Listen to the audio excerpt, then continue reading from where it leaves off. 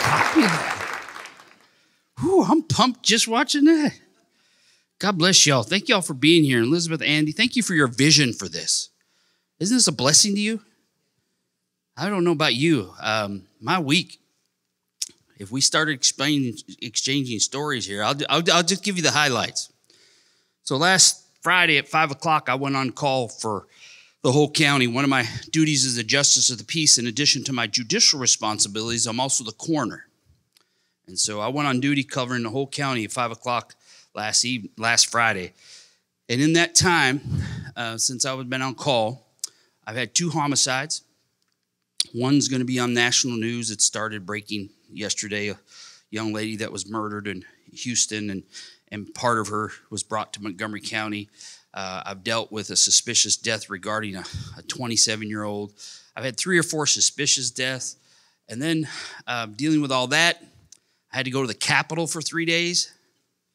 I'm not sure what was worse, but it was all terrible as far as having to deal with these families in these circumstances, situations. And then I was blessed to go to the Capitol and work on behalf of some legislation regarding truancy, mental health, bail reform. Got back Wednesday, and I've had probably 200 cases that I've cleared. I've actually had to give 4 life sentences this week. Yeah, it's really sad. 4 people wanted to get married, and I married them. Yeah.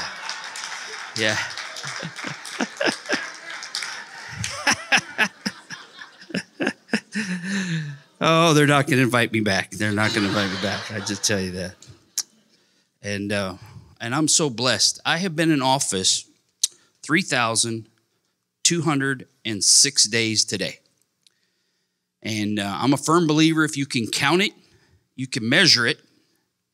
And if you can measure it, you can improve it.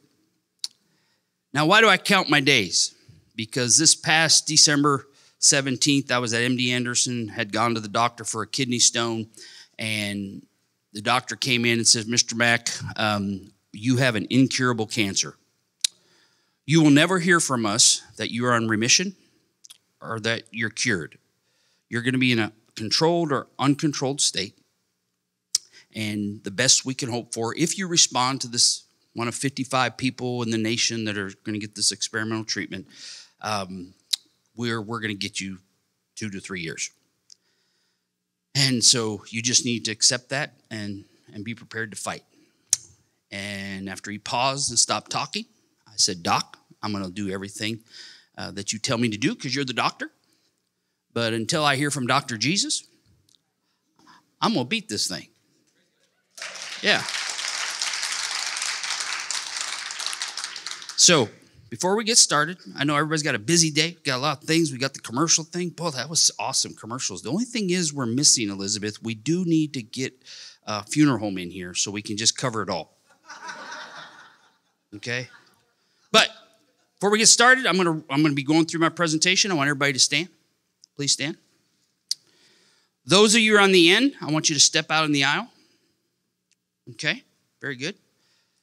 I want you to raise your hand. Then I want you to say amen. All right, you can be seated. So, my takeaway from my talk today is they were standing in the aisle, raising their hands and saying amen. That's going to be my takeaway from this. We are a church. And apparently you can say shit when you're in church.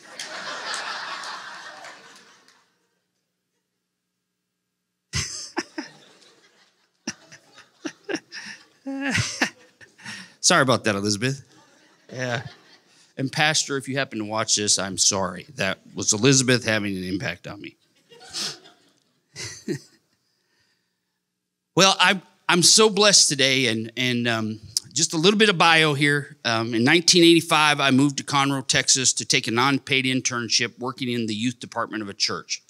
And to fund that, when you take a non-paid internship, unless you come from a trust fund baby like some of you have, we have to work. And so I started out valet parker at Remington Hotel, car washer. I hated driving to Houston. And one day I was in church, and the treasurer of our church said, hey, how do you like working in Houston? I said, I hate it. I leave 2 hours early because I'm afraid of the traffic. I hate the driving down there, and I don't mind the work, but he said, well, a friend of mine works at the county, and they're hiring. I said, really? So I go up to him and said, hey, they said you're hiring. He said, yeah, we're hiring, but I just filled a bunch of positions, but I do have a night shift custodian position. And I said, I'm in. So so I went and did the interview and got interviewed and got the job and went to work January 3rd, 1986. And my first day on the job, they handed me these big roll of keys and said, the lady that normally cleans this building's not here. See you in 8 hours. That was my employee training. Oh, and the maid cart's over there. And if you run out of toilet paper, it's over there. And so the very same courthouse that I swept, mopped, cleaned toilets, and was responsible for keeping clean, that same courthouse now calls me judge. So God bless Texas. And I tell you that story because my memoir is going to be from janitor to judge and all the crap I cleaned up in between. But apparently I can change the title because she said I can now say shit. So, yeah. My wife's watching this probably. I'm in trouble right now, y'all. Yeah, life sentence, that life sentence. Oh, hard time. So I tell you this story because I never viewed myself as just a janitor. In fact, there's an elected official that's no longer elected official, but he thought it was funny to introduce me even as I rose through the ranks. And I want to tell you, in my almost 35 career with county government, I've never asked for a raise.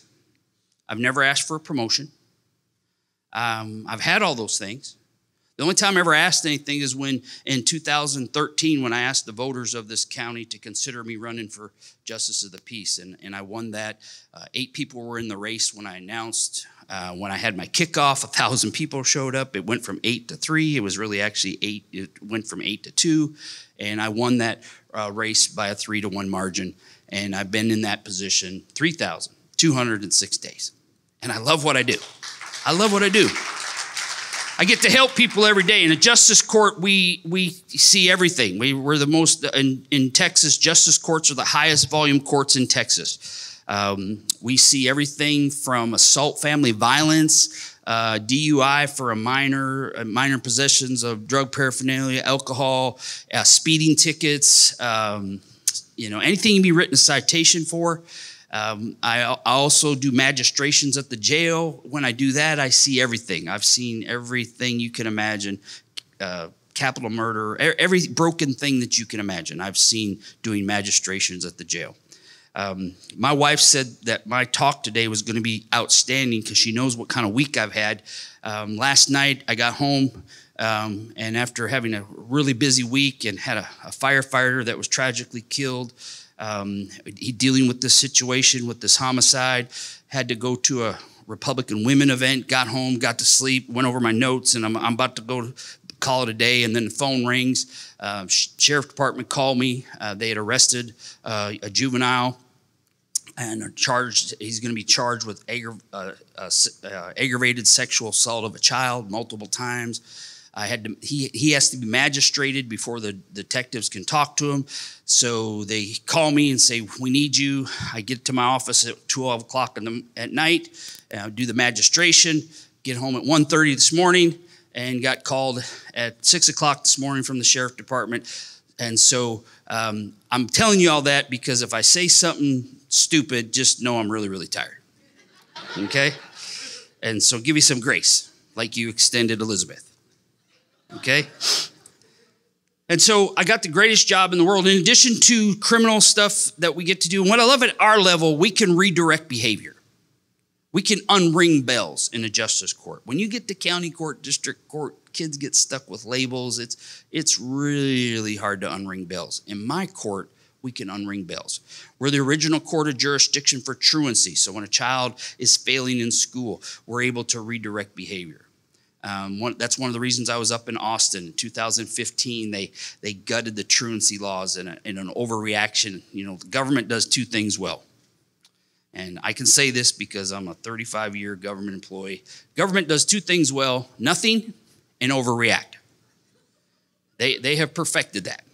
And so they gutted the laws, and we're trying to unring some bells because some kids are falling through the cracks because that safety net was there, has been perforated because of that. And so our original court of jurisdiction, when it comes to civil matters, if those of you landlords in here, you've been in JP courts because we're the original jurisdiction for anything related to an eviction, whether you live in a $5,000 house or a $5 million house, a foreclosure eviction happens in a justice court. We're a people's court.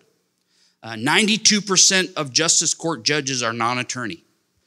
And it's by design by that. We're one of the few elected offices that are actually in the Constitution, the founding Constitution of Texas. Justice courts are there. And I have the title of Judge Wayne Mack, Justice of the Peace, Precinct 1.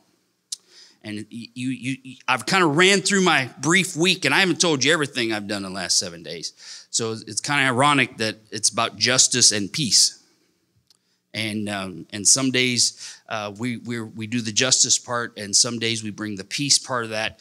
One of the things that I started when I got in office is a chaplaincy program. When you get a lot of people have their faith, they practice their faith, but when something terrible happens, if they aren't practicing their faith, they don't know who to call. So we started a chaplaincy program, and we have every mosque, every temple, every synagogue, every church you can imagine represented in our chaplaincy program. And we take a moment to recognize them as a part of our opening ceremony. The Texas Supreme Court, the U.S. Supreme Court all have an opening ceremony that has a read prayer that is said before they begin their court ceremonies. And so I thought, with being some Texas justice courts being some of the highest courts in Texas, that we would take a moment to thank those chaplains. And so whatever their faith is, if they're Muslim, Hindu, Christian, they come there that day, we honor them. And if they choose to greet the audience or say a brief invocation, we allow them to do that. And then we do pledges to the Texas flag and the United States flag. And I've been doing that now for 9 years.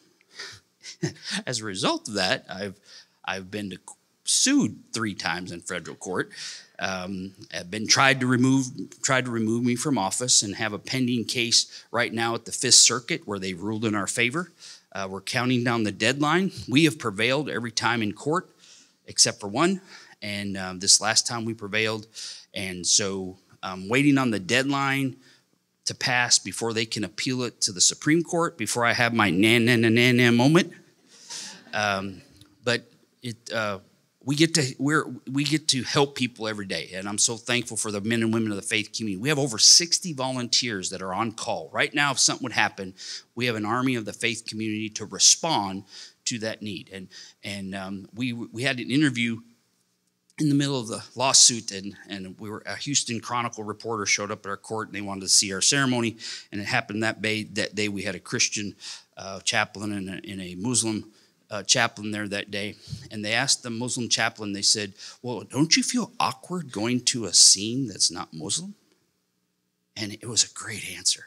And he said, "No, when I go there, I'm a chaplain. I'm not a Muslim. I'm there to bring peace. I'm there to bring comfort." And I thought, oh, that was so great. I hope he puts it in an article. And he did. It was awesome. Because that's what chaplains do. They're there to bring the secular and the spiritual and bring peace and comfort. Now, as a judge, that'll get you sued. But my famous line is, what are they going to do, sue me? And so I tell you all that to tell you this, is that when I was sweeping and mopping floors at the courthouse just down the road here in Conroe, Texas, I never viewed myself as just a janitor. I always tried to grow where I was planted. I always tried to be the best. When I moved to Texas in 1985 with $500 that I borrowed from my grandmother and a Ford Escort 2-door hatchback that didn't have air conditioning, obviously I'd never been to Texas before. I moved here with the intention of going where I felt called to go. And my dad, as I was about to leave, they were in a terrible situation, 30% unemployment. He just lost his job. They're about to lose his house. And he says, Wayne, I don't have anything to offer you but this advice. And I'll never forget, I'm standing and he's on the passenger side of my Ford Escort with his arms up in the car. He just passed away last year, 94 years old, great man. And he says, Wayne, I don't have any advice, but this is what I got to tell you. I mean, I don't have any money, but I have advice. This is what I'm going to tell you. I don't care if you're just the janitor. Be the best damn janitor there is, and you'll go places. Little did I know he was prophetically speaking over me. But I've never viewed myself in every position I've had. I was a custodian, and I was a foreman, and I was a supervisor, and I was an assistant director, and then I became director of building services and worked my way through there. But never one time asked for a promotion, never one time asked for a raise. Because if you want to get somewhere in life, you have to work hard and where you're at and where God's put you in that position.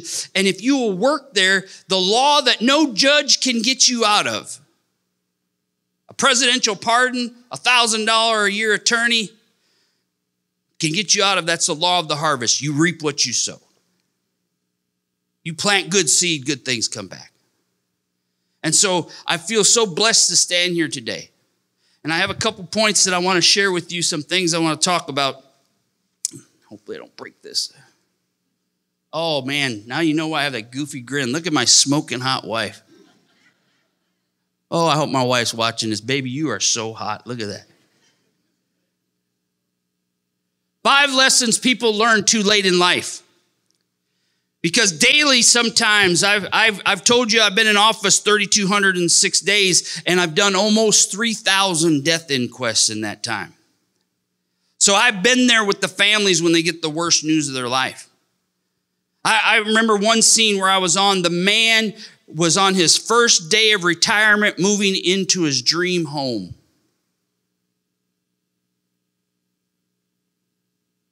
Five lessons people learn too late in life. Number 1, life is too short to be unhappy. For you to be unhappy 5 days a week in exchange for 2 days of freedom, that's not what life is about. You should be happy every day. If you don't, my mom, 81 years old, retired professional educator. We had my aunt passed away. We were up there, and she said, "You know, Wayne, she didn't go to work into the work cycle till after we were all out of school. She was the only person in her 12 children to graduate from college, and she took that degree and went to work as a school teacher. And she worked right up until my dad couldn't drive her to school anymore, and she had macular degeneration, and so she couldn't see to drive herself, and it got too hard. They had specialized equipment in here, and her specialty was first and second grade in teaching children how to read.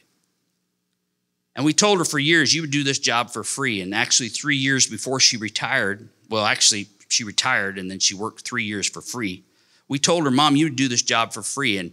And where they were at, there was some economic issues and they were going to let a teacher go. And my mom said, no, don't do that. I'm going to retire, keep her, and I'll work for free. And so for 3 years, my mom worked for free. My dad worked 2 40-hour-week jobs at a Creosote plant and a grain elevator. So work ethic was installed into my family. They live in Wisconsin, and I tell them they have 4 seasons: June, July, August, and winter. And they work there, and they implanted that into us. And my mom told me just recently when I was up there, she said, you know, I never felt like I had to go to work. I never felt like I had a job. I love what I did. It wasn't work to me. And I could tell by some of y'all's commercials that you had to say, you love what you do. But to much is given, much is required. The fact that you're here to share your story and to network, and Andy and Elizabeth's vision to have this group come together to inspire others. Because when you bring other people up, you're doing more for yourself than you are for them. That law of that harvest. So one of the 5 things that people learned too late in life is that life is too short not to be happy.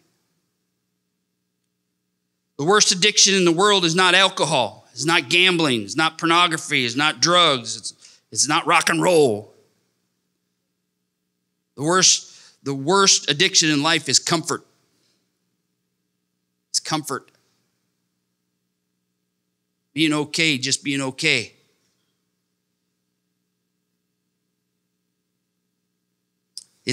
I see this over and over and over again. I see this in elected officials and people that have been blessed with great positions. Sometimes elected officials forget they're public servants. They're not meant to be served. They're meant to serve.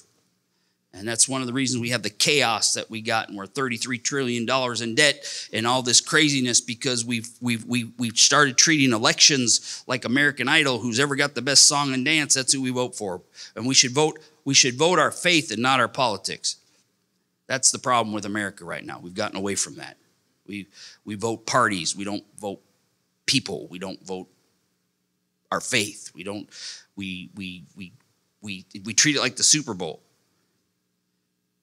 When the Super Bowl comes on and Tom Brady was playing, everybody's going to say, go Brady, because they want to win, right? It's not because that's their favorite team.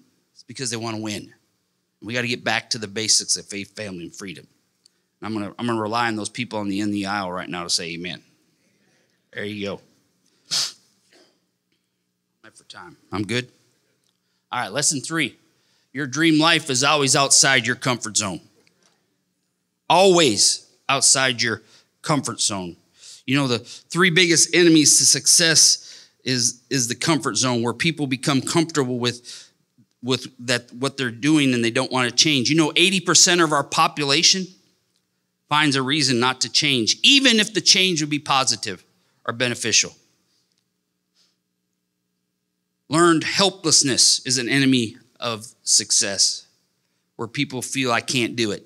It's a learned helplessness. Well, I've never done that before. Blah, blah, blah, blah. My dad, bless his heart, he was a go to work every day, union guy, grain elevator, creosote plant. And for 4 years after I won this position and was doing all these great things and all these things happening, he would say, Wayne, are you sure that was the right idea? Because you really had a really good job. Then when he found, this was the icing on the cake. When he found out I took a pay cut to be this job, then he was just all over. What were you thinking? But I watched my dad come home from work every day and tell me how much he hated his job. Smelled like creosote. Grain dust in his food. We didn't go into our dad's lunchbox to see what was left over to eat, because it tasted like creosote or smelled like grain dust. And another enemy of success is the fact that, and comfort is the path of least resistance, where people look for an easy way to achieve a result. There is no magic lose weight pill. I don't care what diagram they show you. The only way you lose weight is you treat what you eat like a bank account. And most of America, we are well overdrawn on our bank account when it comes to our health. American Heart Association says we should walk 10,000 steps, and the average American walks 3 to 5 steps. Why? Because it's comfortable. It's easy. Now, I tell you this with my double chin here. And Elizabeth, next time we do this, that old picture, I'm 80 pounds heavier in that picture with the robe thing. I like being in the robe, but we got to get a better picture. Okay.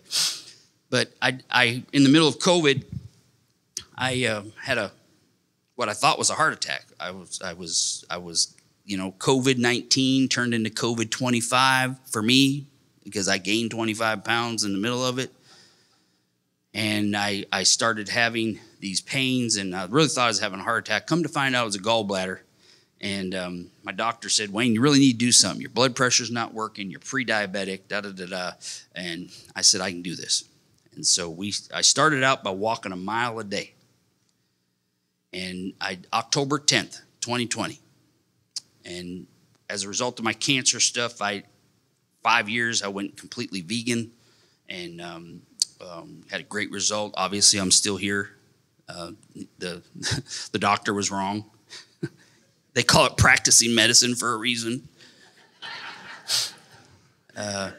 And so I started eating clean. I started walking a mile. And I got to tell you, Elizabeth, that first month, I would text my wife, I'm going for a walk. If I'm not back in 25 minutes, ping my phone and call 911. And 1 mile, and within 3 or 4 months, I was up to 5 miles a day, counting my calories. I got with my doctor. I did some really radical things to help me with that, to control my appetite and to work hard. And I'm 80 pounds lighter than I was 2 years ago. Yeah. Although when I put my suit on this morning, I remembered that Christmas and Thanksgiving were not good to me. We've got to remember this, that every dream in your life is going to be outside your comfort zone. If you want to improve your relationships, you need to work on yourself first. When you're being here today, you're working on yourself. You're putting yourself out there. You're networking. You're telling people who you are. But you've got to improve yourself. And I bring this up is because and I have this up here. I do a talk, maybe one of these times I can do this. It's called Talk Saves Lives. It's from the American Foundation for Suicide Prevention. One of the things I realized early on when I got doing this, when I got in office and I started doing this job, is I had no idea, Andy, how many suicides we had in this community. In fact, since I've been in office, just since 2019, we've had 500 people in our community die from suicide, death by suicide. 18 of those were under the age of 18. 32 of those were under the age of 18. 11 last year under the age of 18, where they got so hopeless that they made a permanent decision for a temporary situation. Many different things. Usually there's 2 to 5 attempts, 80% of people that die by suicide. Notice I didn't say commit suicide. No one commits suicide. That's like committing diabetes or committing cancer or committing a heart attack. No one commits suicide. They die by suicide. How we talk about suicide is very important. And we talk about the pandemic being a public health issue, but suicide in America has been a public health issue for many, many years. And we just don't talk about it.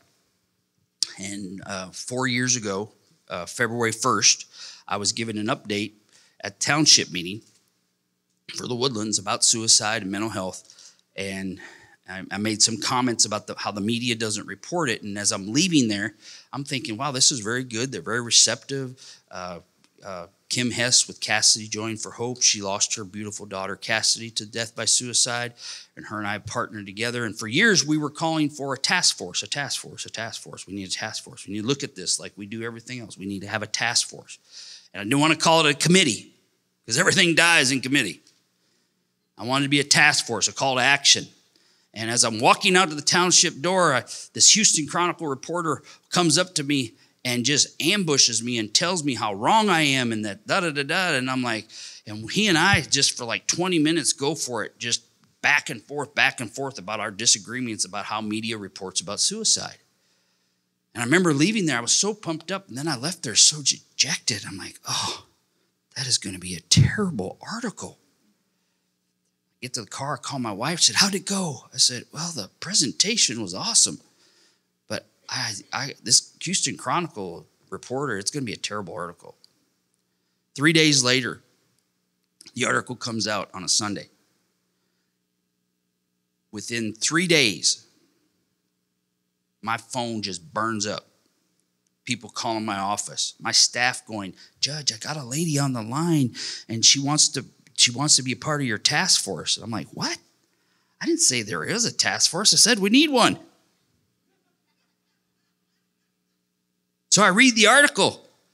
And within 3 days, we had 10 agencies reach out to us and say, we want to be a part of your task force. I'm like, hold on. I said we need one. Within 10 days, we had over 20 agencies and organizations said, we want to be a part of your task force. And so I finally kind of took it as a pop on the back of the head. Oh, okay, God, I got it. We're doing a task force.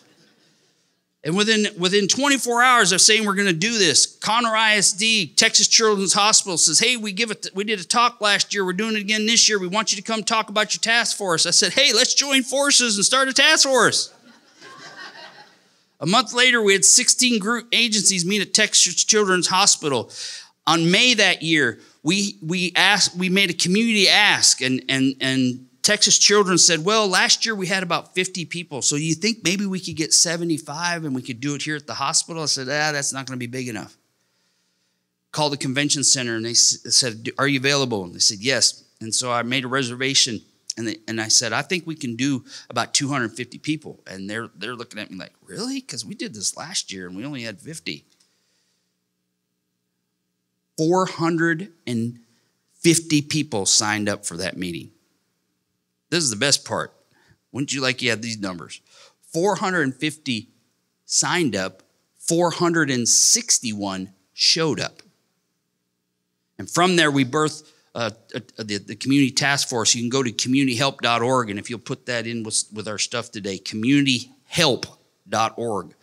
You can join our task force. 12 working work groups. We have neurodiversity, LGBTQ, or all the letters they put on that. It changes every day. Major mental health, veterans, adult, children. We got all these work groups. We were able to get $20 million secured for Tri-County funding that it never happened in the history of Montgomery County, funding Tri-County. And all these great things are happening. All because a guy that used to be a janitor believed that you just grow where you're planted. Now, sometimes it's taking a pop on the back of my head. When I got that cancer diagnosis, I can show you where I was on 59, about to get on 610, where I prayed this prayer, Lord, I don't know what the future holds, but I know you certainly hold it. And from this day forward, I'm going to live like I'm dying, and any door you open, I'm going to walk through. It uninhibited me, unfettered me. I had an elected official pull me. I was in office just a few months, and we had 1,000 people show up for our first annual prayer breakfast that we have every year, and he come up to me, pulled me to the side. He said, Wayne, you got to slow down, man. You're making us look bad. I'm like, what? He said, you just need to slow down. Quit reinventing yourself. You're going to have this job as long as you want it. I'm like, what? And I looked at him, I called him by name, and I said, if you don't like this version of Wayne, wait till I figure out what I'm doing.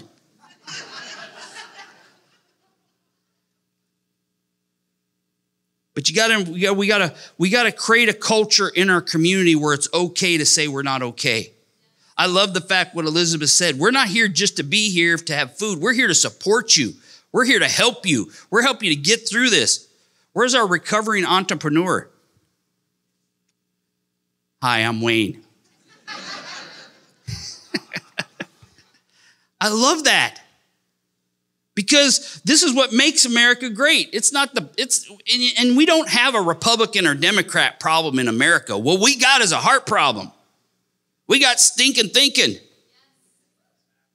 And, we refer to this as a mental health issue, but it's really a brain health issue. There's a stigma with you put mental on it. When I walked into a room with 1,000 people to offer a prayer just days after I'd been diagnosed with cancer, they rallied around me. Elizabeth about to give me the cut down sign. They rallied around me, and they supported me and said they're going to be there for you. I wondered if I would have walked into that same room and said, hey, I'm bipolar, I'm manic depressive, I have an alcoholism, I have a drug addiction. I wonder if I would have received that same let's go get them response. I don't think I would have. But we need to change how we think about things. And I brought these for you, some great information about how to recognize the signs and symptoms of suicide and what to do. I have that up here for you.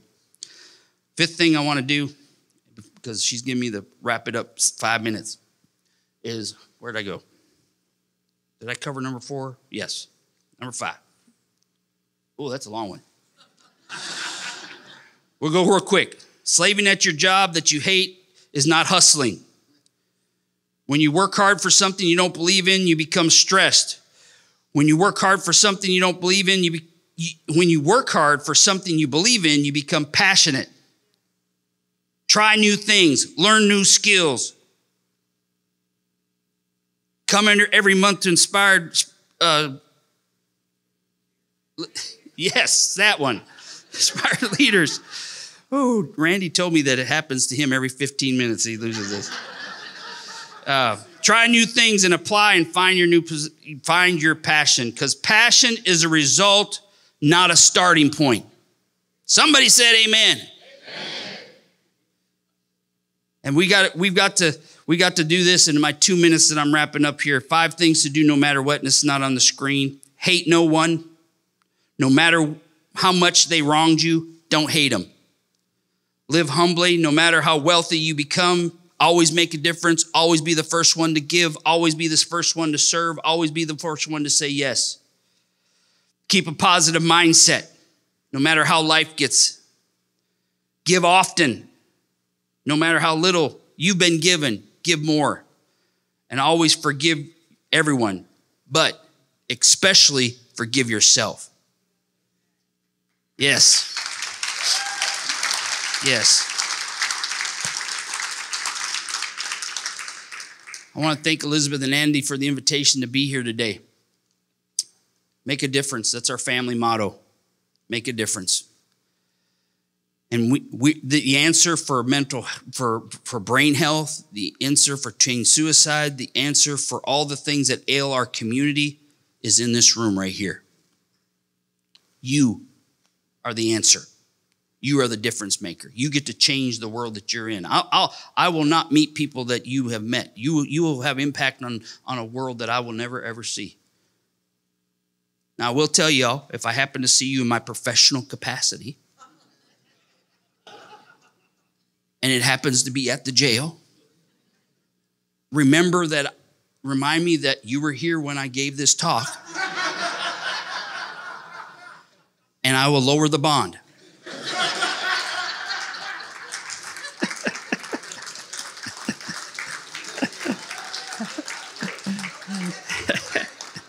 Only kidding, only kidding, only kidding. You tell me you were here, I'm going to smack you so hard. You didn't listen to nothing I told you to do. I wrote a book called The Directed Path Using God's Compass. You can get it on Amazon, and I brought a few copies here that if you want it, just grab it. The first book I wrote was How to Go to Hell and Be Successful Doing It. Nobody wanted it. Only kidding, I didn't write that book. But I feel blessed today. I feel on a directed path. I want to just tell you, and I know we're in a church, and this is I'm not trying to religiousize something here, because I think God hates religion. I think God hates religion because it's all about relationship with him. It's not about religion. Religion's man's attempt to do something. It's about relationship. But my final thought is this, is that if you see anything good in me, just know that it's God's grace and his mercy and his abundance. I was just a nobody that moved here from Wisconsin that believed in a somebody, and I want to point everybody to that. Because I'm just a nobody. I've got a great job, a great position. But if you see anything good in Wayne Mack, I want you to know it's God's mercy, his blessings, and his grace and his abundance that I accepted and received and is available to anybody. Because I know Wayne Mack. I sleep with him. I'm really not all that outside of God's grace, mercy, and abundance. I'm so thankful to be here today. I hope that you learned that it's okay to not be okay. And that it's okay to ask for help. It's okay to say, I need help. I don't feel good. I think that the 5 lessons that people learn too late in life, as long as there's life, it's never too late. God bless you. Thank you again for being here. And I appreciate you very, very much.